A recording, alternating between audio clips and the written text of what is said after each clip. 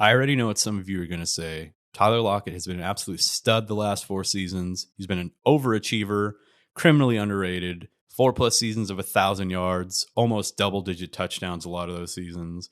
But I think this is when it finally changes, guys, and let me tell you why. So I saw a chart. It's that over the last 10 fantasy seasons, only 5% of the top 12 fantasy wide receivers have been from players that are over 30 years old. Now, what that means is it doesn't mean he can't do it. It just seems that there's a considerable drop off in players over 30 to finish in the top 12. Now, I think this is the season that he's going to burn a lot of fantasy managers who think they're getting another steal in Tyler Lockett. So let's start, as usual, with the bad. As I mentioned, he's turning 30. That is a risk profile for us. That is something that I'm scared of considering that cliff. They just drafted JSN in addition to already having DK Metcalf as like another season of being this alpha wide receiver. And I just don't know if Geno Smith can really repeat what he did last season. And lastly, guys, he's just pretty costly as a 6th to 7th rounder. That's a little bit too rich for my taste.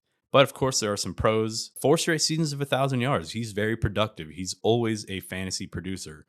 JSN in the slot might actually help Tyler Lockett be a mainstay in the deep threat role for the Seattle Seahawks.